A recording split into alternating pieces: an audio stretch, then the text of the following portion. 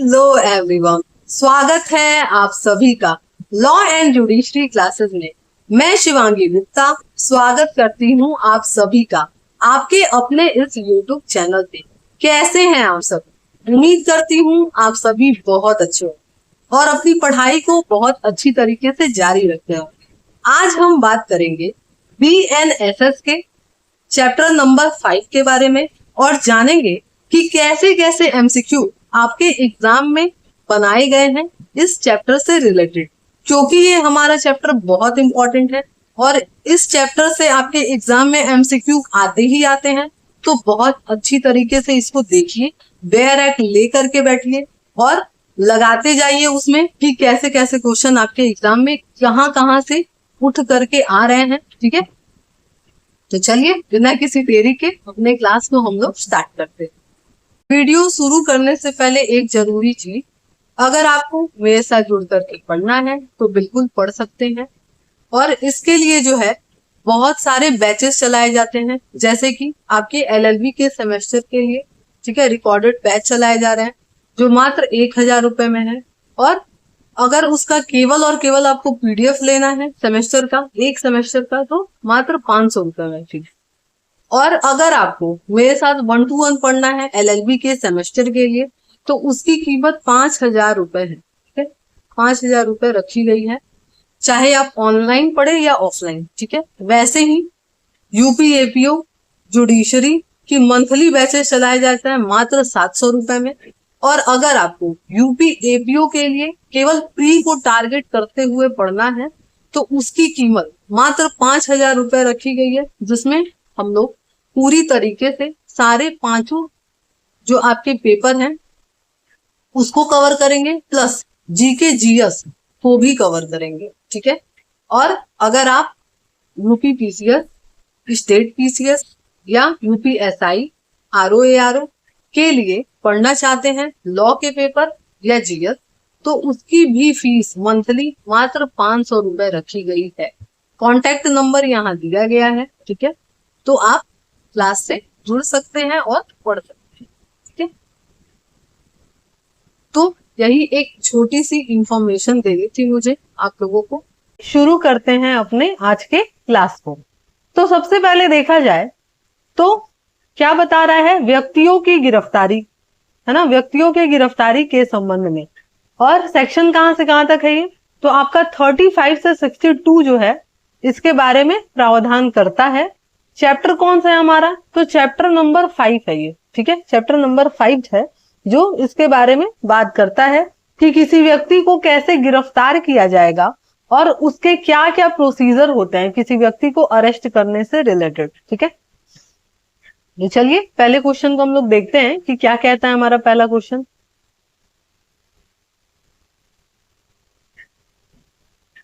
पहला क्वेश्चन है हमारा कि व्यक्तियों की गिरफ्तारी से संबंधित प्रावधान BNSS के किस अध्याय में है। तो किस अध्याय में है अभी हम बताए हैं, आपके चैप्टर नंबर 5 जो है वो इसके बारे में बात करता है। ठीक है, नेक्स्ट क्वेश्चन। नेक्स्ट क्वेश्चन है हमारा कि BNSS की किस धारा के तहत एक पुलिस अधिकारी किसी व्यक्ति को मजिस्ट्रेट के आदेश के बिना और वारंट के गिरफ्तार कर सकती है, यानी कि बिना वारंट के और बिना मजिस्ट्रेट के आदेश के क्या कर सकती है, अरेस्ट कर सकती है।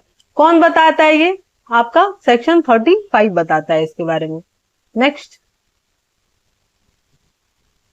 क्या लिखा है, BNSS का जो सेक्शन 35 है वो संबंधित है, किस चीज से संबंधित है, कि जब पुलिस अधिकारी क्या करे, बिना वारंट के गिरफ्तार कर सकती है, इससे रिलेटेड है। ठीक है, नेक्स्ट क्या लिखा है क्वेश्चन, पुलिस किसी भी व्यक्ति को बिना वारंट के गिरफ्तार कर सकती है। ठीक है, कब कर सकती है देखा जाए।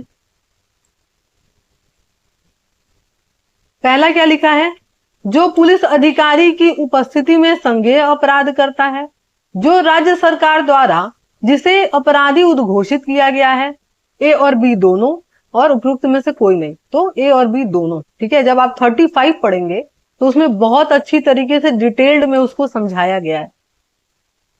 अगर आपको पढ़ना है मेरे साथ तो आप बिल्कुल पढ़ सकते हैं, है ना। करना क्या है, उसके लिए नंबर दिया गया है वीडियो के स्टार्टिंग में, आप उस पर कॉल या मैसेज करके क्लासेस ज्वाइन कर सकते हैं और बहुत अच्छी तरीके से अपने पढ़ाई को और आगे बढ़ा सकते हैं। ठीक है, चलिए नेक्स्ट क्वेश्चन है हमारा, बीएनएसएस के तहत पुलिस अधिकारी किसी भी व्यक्ति को मजिस्ट्रेट के आदेश के बिना और वारंट के बिना गिरफ्तार कर सकता है ना। कब कर सकता है? पहला लिखा है जो पुलिस अधिकारी की उपस्थिति में संज्ञेय अपराध करता है। दूसरा लिखा हुआ है कि जिसे इस संहिता के तहत या राज्य सरकार के आदेश द्वारा अपराधी उद्घोषित किया गया है। नेक्स्ट, जो किसी पुलिस अधिकारी को उसके वैध कर्तव्य के निर्वहन में बाधा डालता है ना। तो सभी, है ना, सभी कारण है जिसमें वो क्या कर सकता है, बिना वारंट के अरेस्ट कर सकता है। नेक्स्ट क्या लिखा है, पुलिस किसी व्यक्ति को बिना वारंट के गिरफ्तार कर सकता है। कब कर सकता है? सभी मामले में। ठीक है, सभी मामले में, ध्यान रखिएगा। नेक्स्ट है, क्या लिखा है, एक पुलिस अधिकारी किसी अपराधी के अभियुक्त को गिरफ्तार कर सकता है ऐसे व्यक्ति को कोई और अपराध करने से रोकने के लिए, समुचित अन्वेषण करने के लिए, अन्वेषण का मतलब होता है इन्वेस्टिगेशन, ठीक है, या साक्ष्य से छेड़छाड़ करने से रोकने के लिए, या सभी। तो सभी। ठीक है, नेक्स्ट, ए पुलिस अधिकारी को उचित संदेह है कि के किसी की हत्या के मामले में शामिल है, वह कर सकता है। क्या कर सकता है? उसे जो है बिना वारंट के गिरफ्तार कर सकता है। ठीक है, नेक्स्ट,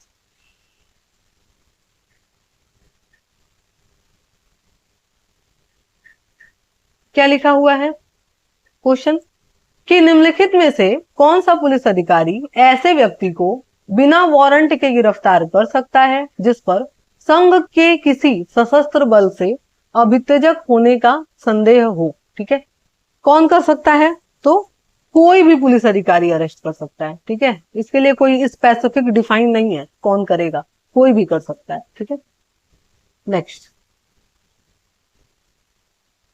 क्या लिखा है, किसी ऐसे व्यक्ति को गिरफ्तार करने के लिए जिस पर संघ या किसी सशस्त्र बल से अभित्यजक होने का उचित संदेह है, पुलिस अधिकारी पूर्व अनुमति लेनी होगी। ठीक है, किसकी पूर्व अनुमति लेनी होगी बताइए? तो इसमें जो है किसी की पूर्व अनुमति लेने की जरूरत नहीं है। ठीक है,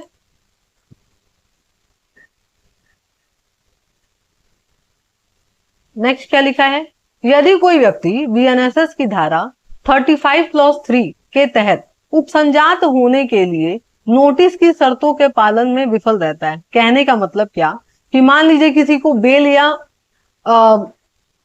क्या किया गया है, जमानत दिया गया है बॉन्ड या बेल बॉन्ड पे। ठीक है, और वो क्या हुआ कि उस नियम या शर्त का उल्लंघन कर दिया। ठीक है, तो अब हम क्या करेंगे?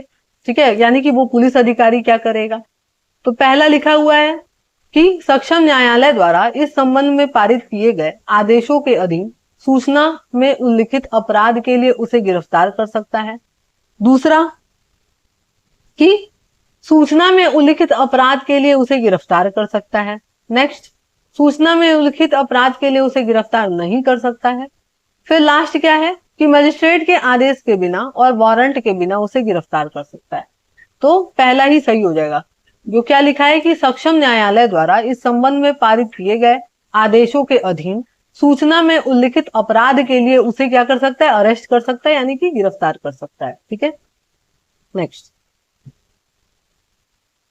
सेक्शन 35 क्लॉज 7 के तहत कुछ मामलों में निम्न रैंक के अधिकारी की पूर्व अनुमति के बिना अरेस्ट नहीं किया जा सकता है ना, यानी कि उसको गिरफ्तार नहीं किया जा सकता है। किसके? तो पुलिस उपाध्यक्ष, है ना, पुलिस उप अधीक्षक के परमिशन के बिना आप क्या नहीं कर सकते? अरेस्ट नहीं कर सकते। ठीक है, नेक्स्ट, क्या लिखा है, दंडनीय अपराध के मामले में पुलिस उप अधीक्षक स्तर से नीचे के अधिकारी की पूर्व अनुमति के बिना कोई गिरफ्तारी नहीं की जाएगी।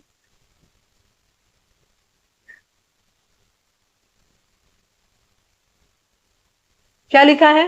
3 वर्ष से कम के लिए और ऐसे जो व्यक्ति अशक्त हैं या जो 60 वर्ष से अधिक आयु का है। 5 वर्ष से कम के लिए और ऐसे व्यक्ति जो अशक्त हैं या 60 वर्ष से अधिक आयु के हैं। 3 वर्ष से कम के लिए जो ऐसे व्यक्ति जो अशक्त हैं और 70 वर्ष से अधिक आयु के हैं। फिर लास्ट क्या कह रहा है कि 7 वर्ष से कम के लिए जो अशक्त हैं और 65 वर्ष की आयु क्या किए हैं उससे अधिक के हैं।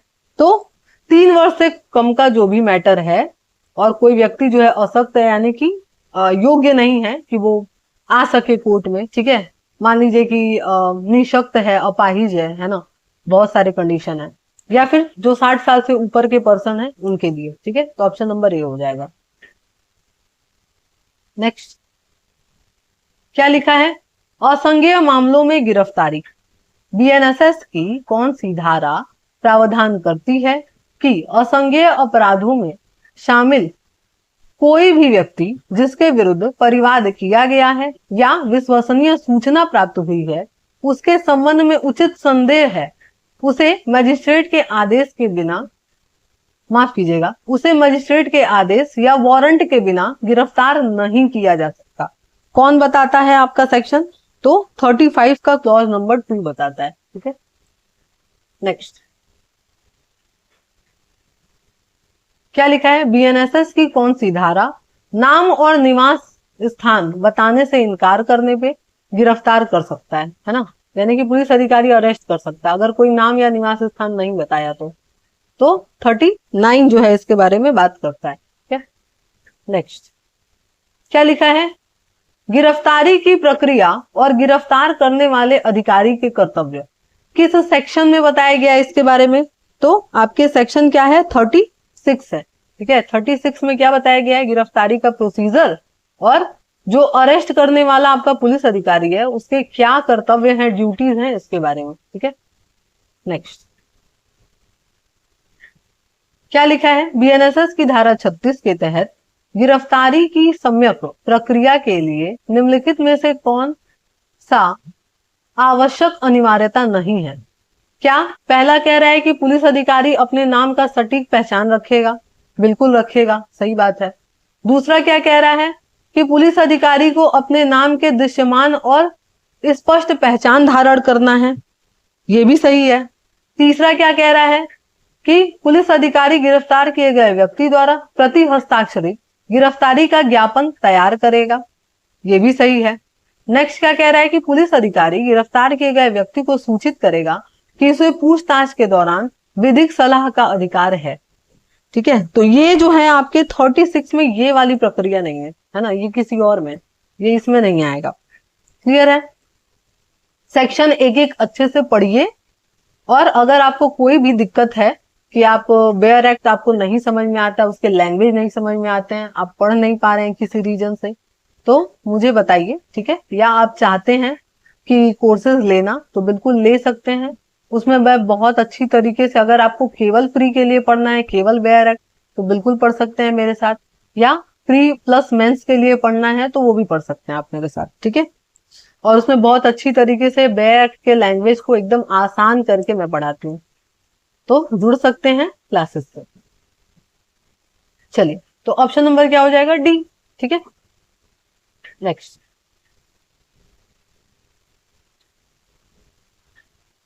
क्या लिखा है? गिरफ्तारी करते समय प्रत्येक पुलिस अधिकारी को गिरफ्तारी का ज्ञापन तैयार करना होगा, ठीक है।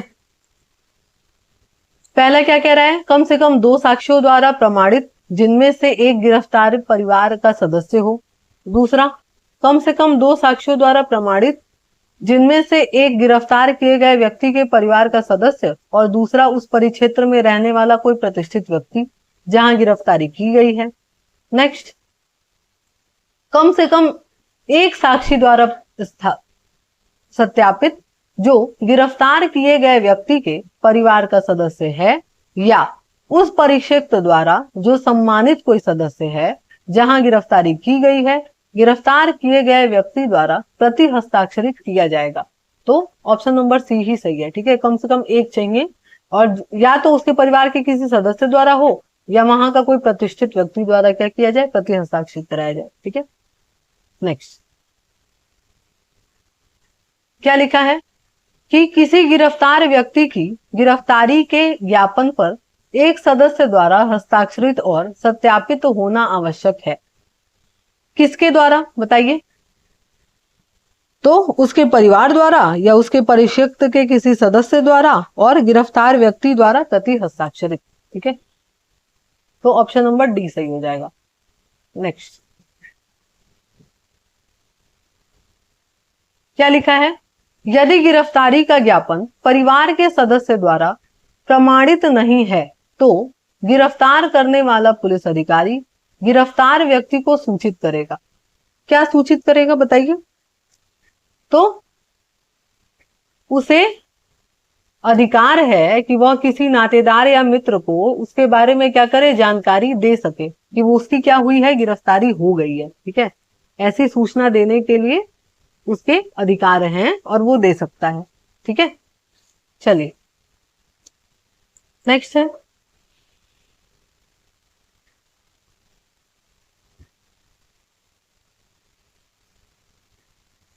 क्या लिखा है? बीएनएसएस की कौन सी धारा पुलिस नियंत्रक कक्ष की स्थापना का प्रावधान करती है? तो आपके सेक्शन 37 प्रावधान करती है। नेक्स्ट क्या लिखा है? बीएनएसएस की धारा 37 के तहत राज्य सरकार नियंत्रक कक्ष यानी कि कंट्रोल रूम जिसे कहते हैं, है ना, स्थापित करेगी। कहां करेगी? तो राज्य और जिला स्तर दोनों स्तर पे करेगी। ठीक है, नेक्स्ट क्या लिखा है? बीएनएसएस की धारा 37 के तहत राज्य सरकार प्रत्येक जिले और प्रत्येक पुलिस स्टेशन में कम से कम सहायक पुलिस उप निरीक्षक रैंक के अधिकारियों को नामित करेगी जो गिरफ्तार किए गए व्यक्ति के नाम और पते आदि के बारे में जानकारी बनाए रखने का उनका उत्तरदायित्व होगा। ठीक है, किसको करेगी? तो सहायक पुलिस उप निरीक्षक को। ठीक है, नेक्स्ट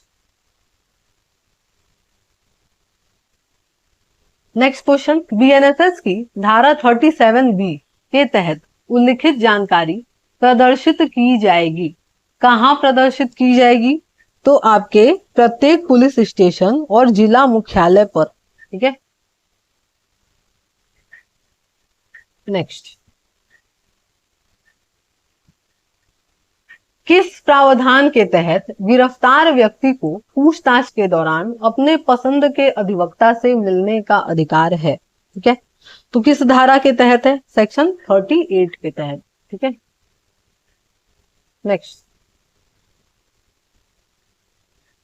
क्या लिखा है? प्राइवेट व्यक्ति और मजिस्ट्रेट द्वारा गिरफ्तारी, है ना, मतलब प्राइवेट पर्सन यानी कि कोई भी आम व्यक्ति या मजिस्ट्रेट किसी व्यक्ति को कब अरेस्ट कर सकता है। ठीक है, एग्जाम में क्वेश्चन आता है कि प्राइवेट व्यक्ति कब किसी व्यक्ति को गिरफ्तार कर सकता है या मजिस्ट्रेट जो है वो कब किसी व्यक्ति को गिरफ्तार कर सकता है। ठीक है, तो गिरफ्तारी से कुछ क्वेश्चन आते हैं, जैसे कि मैं बता दूं आपके मेंस में क्वेश्चन बनते हैं या अगर आप एलएलबी के सेमेस्टर में तो भी क्वेश्चन बनते हैं कि भाई पुलिस अधिकारी जो है बिना वारंट के कब गिरफ्तारी कर सकती है, या पुलिस अधिकारी असंज्ञेय मामले में बिना वारंट के कब गिरफ्तार कर सकती है, या फिर महिलाओं को गिरफ्तार करने से रिलेटेड क्या क्या प्रावधान बनाए गए हैं उसके बारे में प्रावधान, या फिर जो है आपके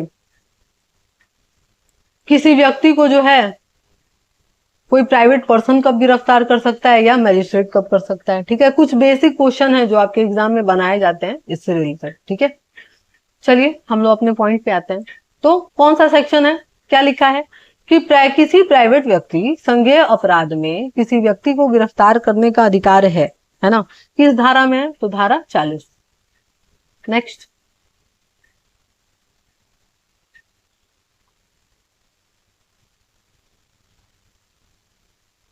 क्या लिखा है? बीएनएसएस के अंतर्गत निम्नलिखित में से कौन सा सही नहीं है। ठीक है, तो क्या लिखा है कि जहां किसी प्राइवेट व्यक्ति या प्राधिकृत व्यक्ति को किसी व्यक्ति को गिरफ्तार करने और उसे पुलिस की अभिरक्षा में सौंपने का अधिकार है, ऐसा प्राइवेट व्यक्ति ऐसे गिरफ्तारी तो तलाशी भी ले सकता है। नहीं भाई, यही गलत है ना, तलाशी नहीं ले सकते हैं, बस अरेस्ट कर सकते हैं और अरेस्ट करके क्या करेंगे, उस पुलिस अधिकारी को जो भी निकटतम है उसको क्या करेंगे, सुपुर्द करेंगे, मतलब उसको सौंप देंगे। ठीक है, बस यही अधिकार है, ये तलाशी वलाशी लेने का अधिकार नहीं है। ठीक है, चलिए नेक्स्ट है बीएनएसएस की धारा 40 में प्रावधान है कि कोई भी प्राइवेट व्यक्ति किसी भी व्यक्ति को गिरफ्तार कर सकता है जो उसकी उपस्थिति में क्या करे, तो संज्ञेय और अजमानतीय अपराध करे। ठीक है, उसी को क्या कर सकता है, वो अरेस्ट कर सकता है। ठीक है, नेक्स्ट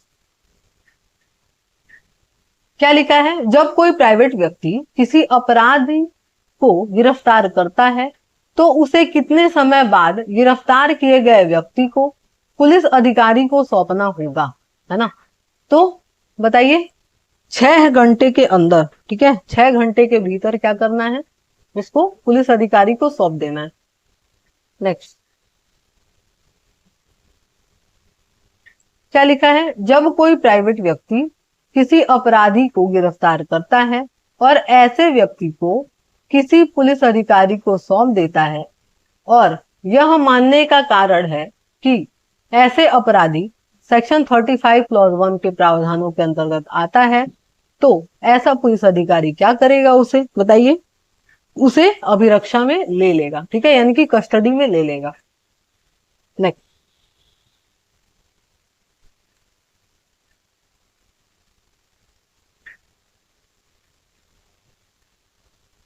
क्या लिखा है, डांडिक विधि का उद्देश्य अपराधों को निवारित करना है। दूसरा क्या कह रहा है कि कुछ परिस्थितियों में एक प्राइवेट व्यक्ति दूसरे व्यक्ति को क्या कर सकता है, अरेस्ट कर सकता है। ठीक है, तो ए ही सही हो जाएगा। ठीक है, कि ए आर दोनों सही है और उसकी सही व्याख्या करता है, तभी तो अरेस्ट करने को पावर दिया हुआ है। ठीक है, नेक्स्ट बीएनएसएस की किस धारा में मजिस्ट्रेट द्वारा गिरफ्तारी, तो धारा 41, 40 में कौन है, प्राइवेट पर्सन, और 41 में कौन है, मजिस्ट्रेट। ठीक है, नेक्स्ट क्या लिखा है, जब कोई अपराध उसके स्थानीय अधिकारिता के भीतर मजिस्ट्रेट की उपस्थिति में किया गया है तो वह कर सकता है, क्या कर सकता है बताइए। पहला लिखा है, केवल अपने स्थानीय अधिकारिता के भीतर एक पुलिस स्टेशन में तैनात पुलिस अधिकारी को गिरफ्तारी करने का निर्देश दे सकता है। किसी राजपत्रित अधिकारी को ऐसा कह सकता है करने के लिए। अपराधी को स्वयं गिरफ्तार कर सकता है या किसी को आदेश दे सकता है, यही सही है। ठीक है, खुद भी कर सकता है और किसी को ऑथराइज भी कर सकता है इसके लिए। नेक्स्ट क्या लिखा है, ये एक मजिस्ट्रेट है जिसकी उपस्थिति में सुबह की सैर के दौरान एक हत्या हुई, वह अपराधी को स्वयं गिरफ्तार कर सकता है, बताइए। तो हाँ, बिल्कुल कर सकता है। ठीक है, नेक्स्ट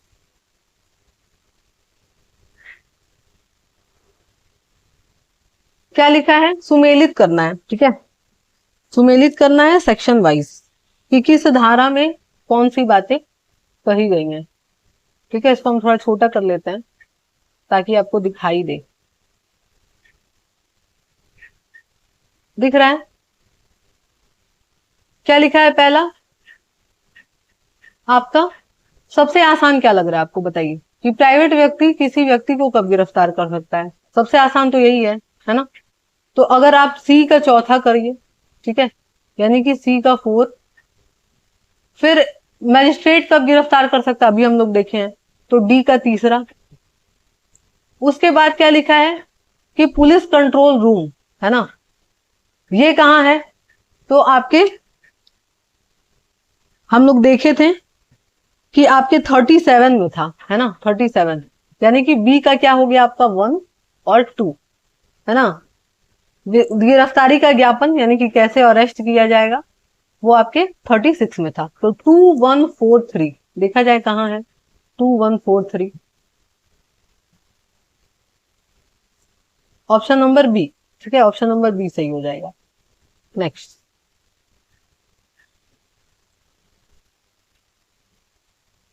क्या लिखा है, निम्नलिखित में से कौन सा गलत है।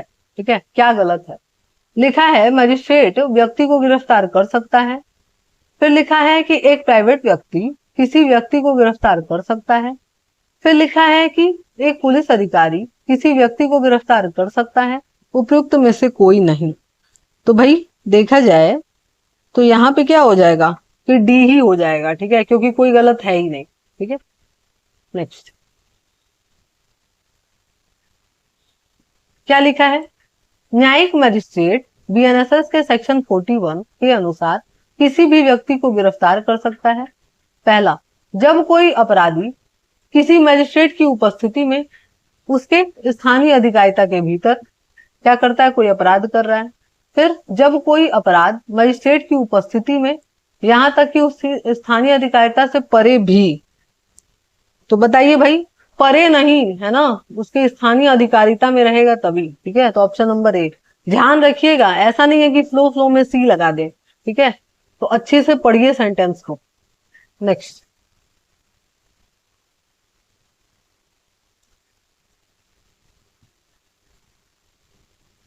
धारा 13, सॉरी माफ कीजिएगा, क्वेश्चन नंबर 13 क्या लिखा है, निम्नलिखित में से कौन सा सुमेलित नहीं है।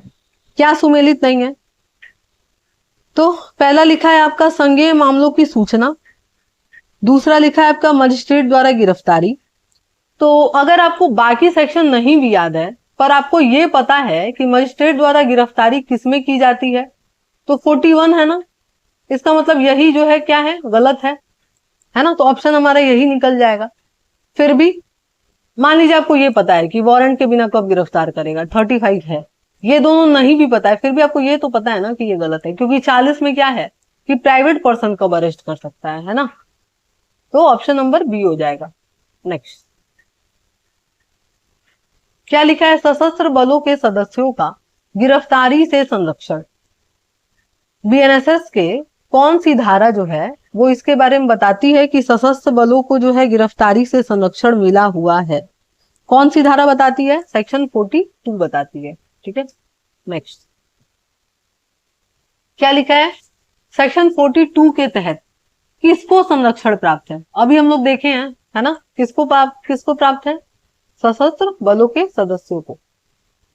नेक्स्ट है कि संघ के सशस्त्र बलों के किसी भी सदस्य को अपने अधिकारिता कर्तव्य के निर्वहन में किए गए किसी भी कार्य के लिए गिरफ्तार नहीं किया जा सकता है सिवाय सहमति प्राप्त होने के। किसके, तो जब तक आप जो है केंद्र सरकार की सहमति प्राप्त नहीं करेंगे तब तक ऐसे पर्सन को आप अरेस्ट नहीं कर सकते। ठीक है, अभी आप लोग के दिमाग में आ रहा होगा कि एक जगह तो था कि सहमति लेने की जरूरत नहीं है, तो जो उद्घोषित हैं उनको लेने की जरूरत नहीं है, लेकिन आप जिसको उद्घोषित नहीं है अभी केवल आरोप लगाना है और उसके बिना पे अरेस्ट करना है, तब आप केंद्र सरकार की परमिशन लेंगे। क्लियर हुआ ये चीज।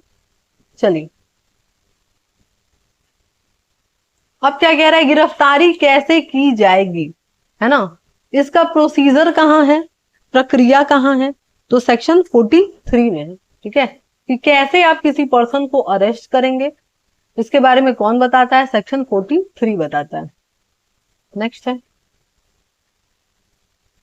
गिरफ्तार करते समय पुलिस अधिकारी या गिरफ्तार करने वाला व्यक्ति अन्य व्यक्ति के उसके शरीर को नहीं छुएगा या परिरुद्ध नहीं करेगा, है ना, कब, यदि वह वचन या अभिरक्षा का पूर्ण समर्पित न कर दे, यदि वह कर्म द्वारा अभिरक्षा में समर्पित न कर दिया जाए, दोनों, तो दोनों ही। ठीक है, तब तक हम बॉडी को उसके टच नहीं करेंगे जब तक वो क्या ना कर दे, सरेंडर ना कर दे। अगर खुद से कर दिया है तो उसको जबरदस्ती पकड़ने की जरूरत नहीं है। ठीक है, अगर खुद से एग्री है आपके साथ जाने के लिए तो क्या जरूरत है उसको जबरदस्ती पकड़ने का, है ना। चलिए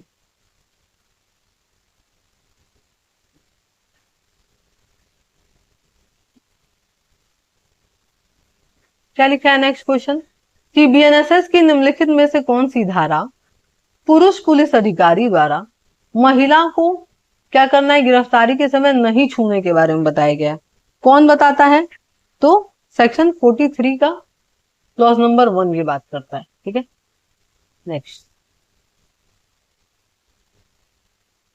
क्या लिखा है, निम्नलिखित में से कौन सा कथन गलत है यदि कोई व्यक्ति उसे गिरफ्तार करने के प्रयास में बलात् प्रतिरोध करता है, मतलब कि पुलिस वाले को गिरफ्तार नहीं करने देता है अपने आप को, तो पुलिस वाला क्या कर सकता है? बोला है कि कौन सा गलत है, ठीक है, यही पूछा है।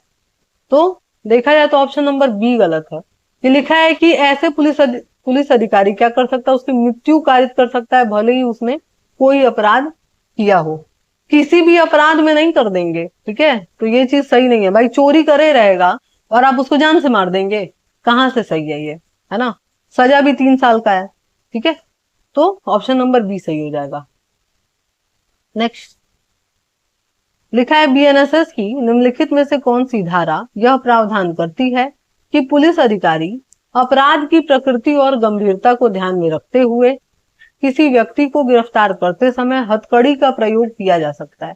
तो कौन बताता है?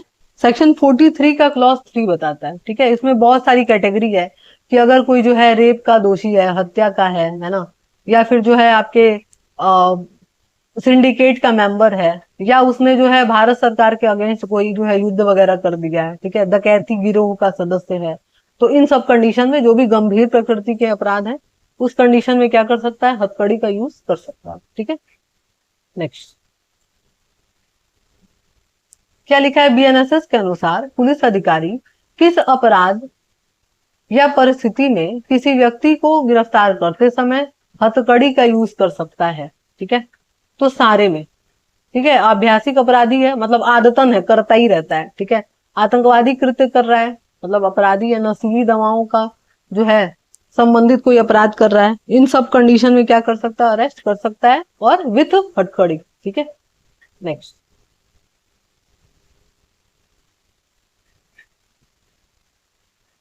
क्या लिखा है? असाधारण परिस्थितियों को छोड़कर किसी भी महिला को सूर्यास्त के बाद और सूर्योदय के पहले गिरफ्तार नहीं किया जाएगा, ठीक है।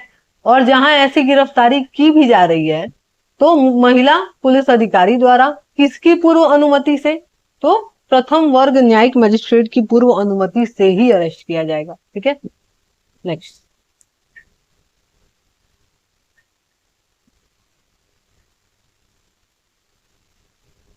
क्या लिखा है? गिरफ्तार किए जाने वाले व्यक्ति द्वारा प्रवेश किए गए स्थान की तलाशी लेने की शक्ति, कि भाई कोई गिरफ्तार कर व्यक्ति क्या हुआ, भाग गया कहीं और कहीं जाकर के छुप गया, तो उस जगह की भी आप तलाशी ले सकते हैं। किस धारा में बताया गया है? सेक्शन 44 में बताया गया है ये बात। नेक्स्ट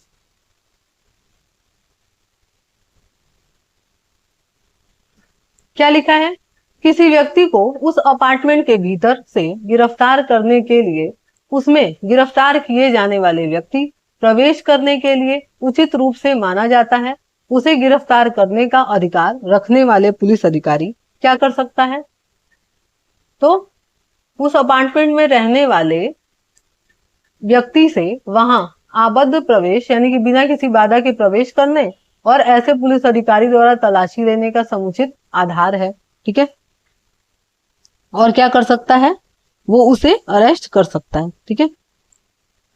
चलिए ऑप्शन नंबर ए हो जाएगा। नेक्स्ट क्या लिखा है? बीएनएसएस की निम्नलिखित में से कौन सी धारा यह प्रावधान करती है कि एक पुलिस अधिकारी किसी व्यक्ति को बिना वारंट के गिरफ्तार करने के उद्देश्य से जो गिरफ्तारी के लिए प्राधिकृत है भारत के किसी भी स्थान में उसका पीछा कर सकता है, यानी कि कहीं भी उसे पीछा करके क्या कर सकता है? अरेस्ट कर सकता है। कौन बताता है? सेक्शन 45 बताता है इसके बारे में। नेक्स्ट बीएनएसएस की कौन सी धारा ये प्रावधान करती है कि गिरफ्तार किए गए व्यक्ति को उसके निकल भागने से रोकने के लिए क्या कर सकता है? आवश्यकता से अधिक अवरुद्ध नहीं कर सकता है ना, जरूरत से ज्यादा आप उसको क्या नहीं कर सकते? अरेस्ट या अवरुद्ध नहीं कर सकते। किसमें है? सेक्शन 46 है, ठीक है। नेक्स्ट अब लिखा है कि गिरफ्तार व्यक्ति के अधिकार से रिलेटेड कुछ सेक्शन है जिसको हम लोग को जानना है। क्या कह रहा है? बीएनएसएस की निम्नलिखित में से कौन सी धारा ये प्रावधान करती है कि बिना वारंट के किसी व्यक्ति को गिरफ्तार करने वाला प्रत्येक पुलिस अधिकारी क्या करेगा? उसे तुरंत उस अपराध का पूरा विवरण बताएगा कि क्यों अरेस्ट कर रहा है, ठीक है, और अन्य आधार भी बताएगा। कहाँ कहा गया है ये? 47 में कहा गया है। ठीक है, नेक्स्ट।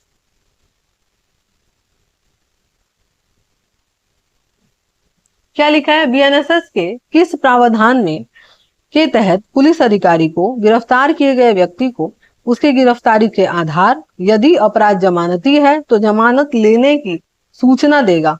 कौन सा सेक्शन है आपका? 47 क्लॉज 2। ठीक है, इसके बारे में बताता है। नेक्स्ट,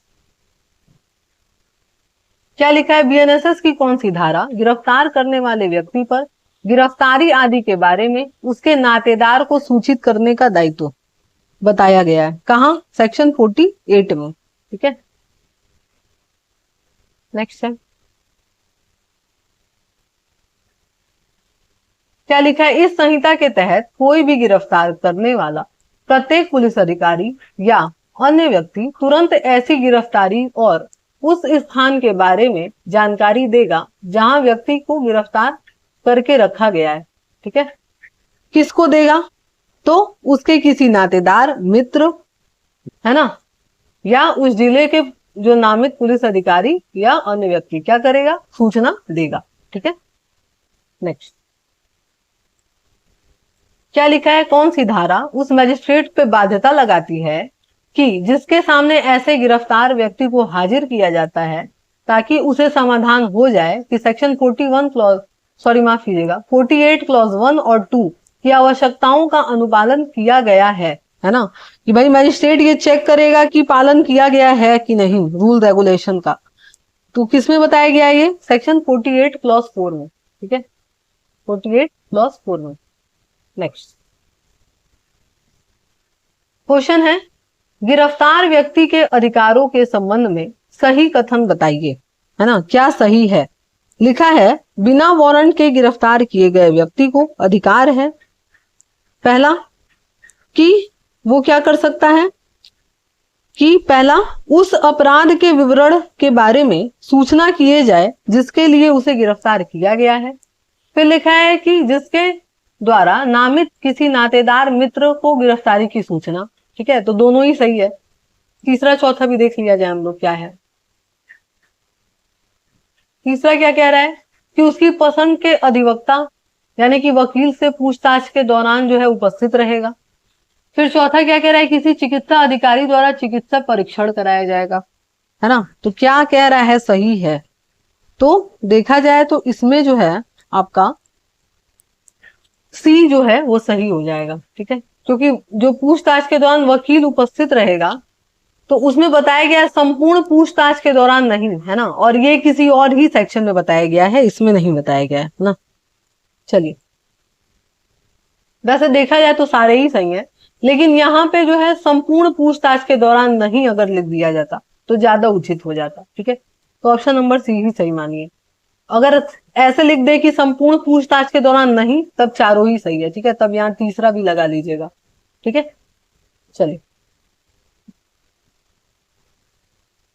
क्या लिखा है? बीएनएसएस की धारा 47 के तहत प्रावधानों के तहत बिना वारंट के गिरफ्तार किए गए प्रत्येक व्यक्ति को गिरफ्तारी के आधार और जमानत के अधिकार के बारे में सूचित किया जाएगा। यदि गिरफ्तारी जमानती है, अपराध के लिए है, तो इन प्रावधानों के अनुपालन न करने पे प्रभाव क्या होगा, है ना, उसका इफेक्ट क्या पड़ेगा गिरफ्तारी पे? तो बताइए क्या इफेक्ट पड़ेगा, क्या लग रहा है आपको? तो क्या होगा? तो यह संबंधित व्यक्ति की गिरफ्तारी क्या होगा? अवैध बना देगा। क्या वो क्या कर सकता है? बंदी प्रत्यक्षीकरण रिट के तहत याचिका प्रस्तुत कर सकता है। कहां? सुप्रीम कोर्ट या हाई कोर्ट, क्योंकि फंडामेंटल राइट का वायलेशन हो जाए। ठीक है,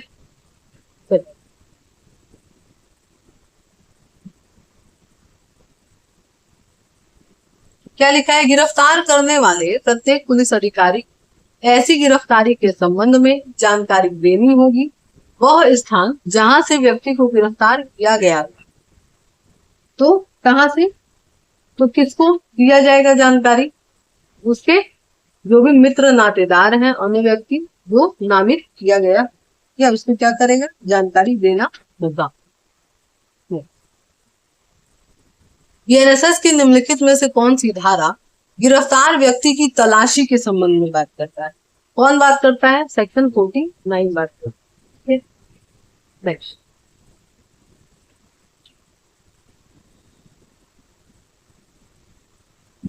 क्या लिखा है?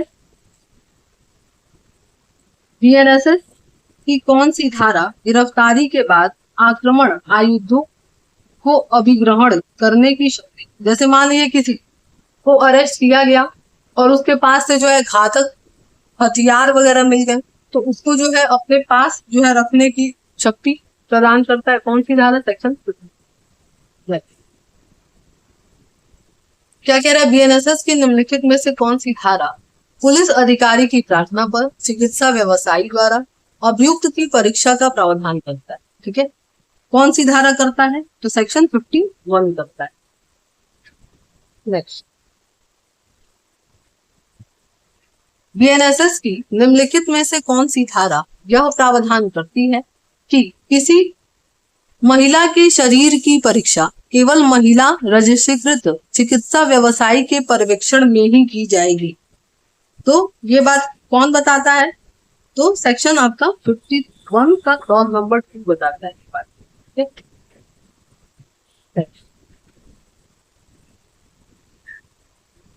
क्या लिखा है? सेक्शन 51 के तहत परीक्षा के लिए अनुरोध किया जा सकता है। कौन कर सकता है अनुरोध? तो आपके कोई भी पुलिस अधिकारी क्या कर सकता है? अनुरोध कर सकता है इसके। नेक्स्ट है सेक्शन 51 क्लॉज 3 के तहत अभियुक्त की परीक्षा रिपोर्ट को तुरंत अग्रेषित किया जाएगा। किसको किया जाएगा बताइए? तो आपके अन्वेषण अधिकारी। ठीक है, किसको? अन्वेषण अधिकारी। ठीक है, ध्यान रखिएगा इसी अच्छी तरीके से। इसको हम लोग क्या बोलते हैं? आईओ बोलते हैं, है ना? आईओ यानी इन्वेस्टिगेशन को। क्लियर है? चलिए नेक्स्ट, क्या लिखा हुआ है? सेक्शन 51 के तहत परीक्षा में शामिल होंगी क्या क्या चीजें शामिल होंगी? क्या क्या होगी? तो लिखा है डीएनए प्रोफाइल, है ना? ऑप्शन नंबर ए ही सही हो जाएगा। डीएनए प्रोफाइल, अन्य परीक्षण सहित आधुनिक वैज्ञानिक तकनीकों द्वारा खून के धब्बे, सीमन, स्वाब, थूक, स्वेद, बाल, नाखून, है ना? और नाखून के जो भी कतरन है, और उसके जगह जो रजिस्ट्रीकृत चिकित्सा व्यवसायी है वो जो भी जरूरी समझे क्या कर सकता है? वो सारे सैंपल इकट्ठा कर सकता है अभियुक्त के पास। चल, बाकी का ऑप्शन आप लोग देख सकते हैं। ठीक है, वो प्रॉपर आंसर था, इसको मैंने टिक कर दिया। चलिए नेक्स्ट क्या है? बीएनएसएस की निम्नलिखित में से कौन सी धारा बलात्संग के अभियुक्त व्यक्ति की चिकित्सा व्यवसायी द्वारा परीक्षा के संबंध में बात कर? अब कहेंगे आप कि अभी तो बात हुआ। नहीं भाई, तो वो क्या था? नॉर्मल जो अपराध कर रहा है उसका, है ना? किसी भी तरीके का। ये रेप, जो रेप का अपराधी है, यानी कि एक तरह से आप कह सकते हैं अभियुक्त है जिसके ऊपर आरोप लगा है, उसकी चिकित्सा परीक्षा के बारे में। तो वो कौन से धारा में है? सेक्शन 50 या सेक्शन 50? क्या लिखा है? बीएनएसएस की धारा 52 के तहत जब किसी व्यक्ति को बलात्संग के अपराध के लिए गिरफ्तार किया जाता है तो गिरफ्तार व्यक्ति की परीक्षा सरकार या स्थानीय प्राधिकारी द्वारा संचालित अस्पताल के नियोजित रजिस्ट्रीकृत चिकित्सा व्यवसाय के अलावा कोई अन्य जो है पंजीकृत मेडिकल प्रैक्टिशनर है वो भी कर सकता है, जो उस अपराध के दायरे के 16 किलोमीटर के अंदर उपलब्ध हो। ठीक है, कहा? जहां अपराध कार्य किया गया, जहां गिरफ्तारी की गई, निकटतम थाना या जो न्यायालय स्थित है वहां से। तो कहां से? जहां अपराध किया गया है वहां से। और शायद अभी हम जब बता रहे थे तभी बोल भी दी। ठीक है, चलिए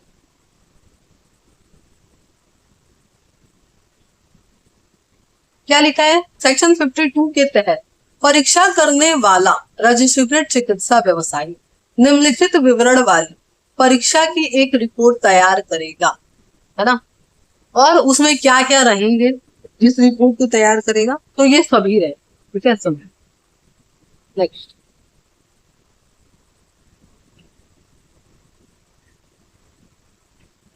क्या लिखा है, बीएनएसएस की धारा 52 के तहत एक चिकित्सा व्यवसाय निम्नलिखित में से किस कारक की रिपोर्ट का लोप कर सकता है? तो अभियुक्त की पहचान, अभियुक्त की पहचान, बाकी जो है ये सारी चीजें जरूरी है ना, पहचान चिन्ह नहीं भी बताएगा तो भी काम चल जाएगा। क्या लिखा है, बीएनएसएस की किस धारा के तहत गिरफ्तार व्यक्ति की गिरफ्तारी के तुरंत बाद सरकारी चिकित्सा अधिकारी द्वारा परीक्षा की जानी चाहिए, है ना, यानी कि पुलिस जैसे ही अरेस्ट करा वैसे ही क्या करना है, परीक्षा कराना है उनका, ठीक है, 53 बताता है। नेक्स्ट क्या लिखा है, गिरफ्तार व्यक्ति की परीक्षा करने वाला चिकित्सा अधिकारी या पंजीकृत चिकित्सा व्यवसायी ऐसी परीक्षा का अभिलेख तैयार करेगा जिसमें निम्नलिखित चीजें शामिल होंगी। क्या क्या शामिल होंगी, तो क्षति या हिंसा के निशान या अनुमानित समय या निशान या क्षति जो भी लगाए गए हो वो देंगे, ठीक। क्या लिखा है, संहिता की किस धारा में बताया गया है कि किसी अभियुक्त को अभिरक्षा में रखने वाले व्यक्ति का कर्तव्य है कि वो उसकी स्वास्थ्य और सुरक्षा का ध्यान रखे? किस धारा में है, 56। ऐसा नहीं है कि उसको भूखे मार देना है, खाना पीना टाइम पे देना है, उसके कपड़े जो है साफ सुथरे देने हैं, ठीक है, और अगर वो बीमार पड़ गया तो उसका इलाज भी कराएंगे, ऐसा नहीं है कि वैसे ही छोड़ दो, ठीक है। कौन बताता है, सेक्शन 56। नेक्स्ट, बीएनएसएस की निम्नलिखित में से किस धारा में गिरफ्तार व्यक्ति को 24 घंटे के अंदर मजिस्ट्रेट के सामने पेश करना है? कौन बताता है, सेक्शन 58 बताता है। नेक्स्ट,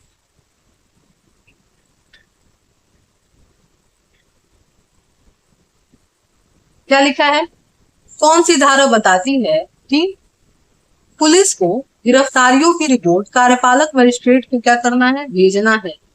कौन बताता है, सेक्शन 59 बताता है इसके बारे में, 59 बताता है। नेक्स्ट है,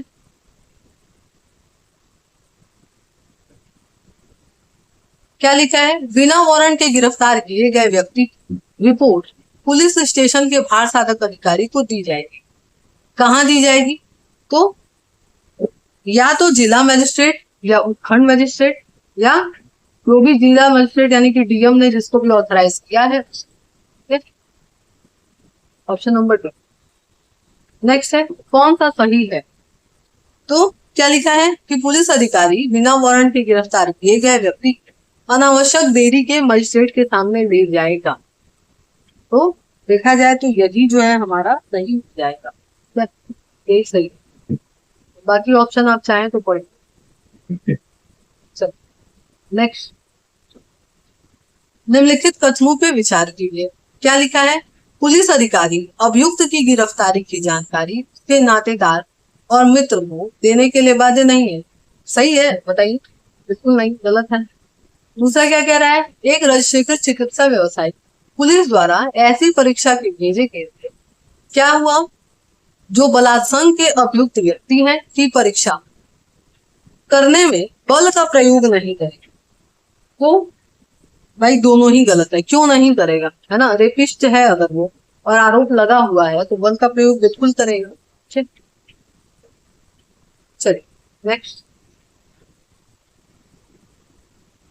क्या लिखा है, बीएनएसएस की कौन सी धारा गिरफ्तार व्यक्ति के शिनाख्त के बारे में, है ना, शिनाख्त परेड के बारे में बात करता है?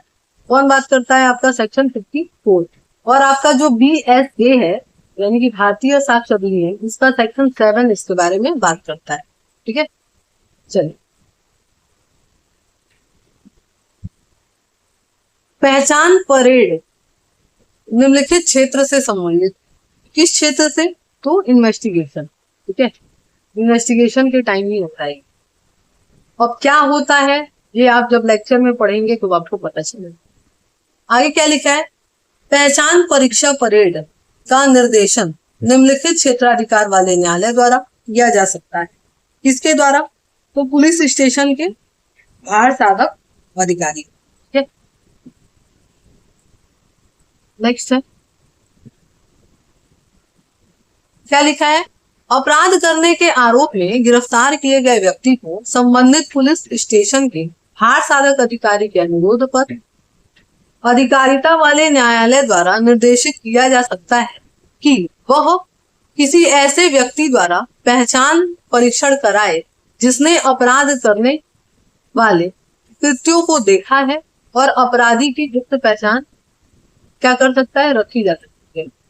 तो इसमें जो है ऑप्शन क्या सही हो जाएगा, तो सारे ही ऑप्शन ठीक है। ठीक है, कि लिखा हुआ है कि ऐसे तरीके से कराया जाएगा जो न्यायालय उचित समझे, फिर उसकी पहचान कराई जाएगी, अगर शारीरिक और मानसिक रूप से अक्षम है तो मजिस्ट्रेट वहां उपस्थित होने चाहिए, और उसकी क्या किया जाएगा, वो वीडियोग्राफी कराई जाएगी। तो उपयुक्त सभी। ठीक है, नेक्स्ट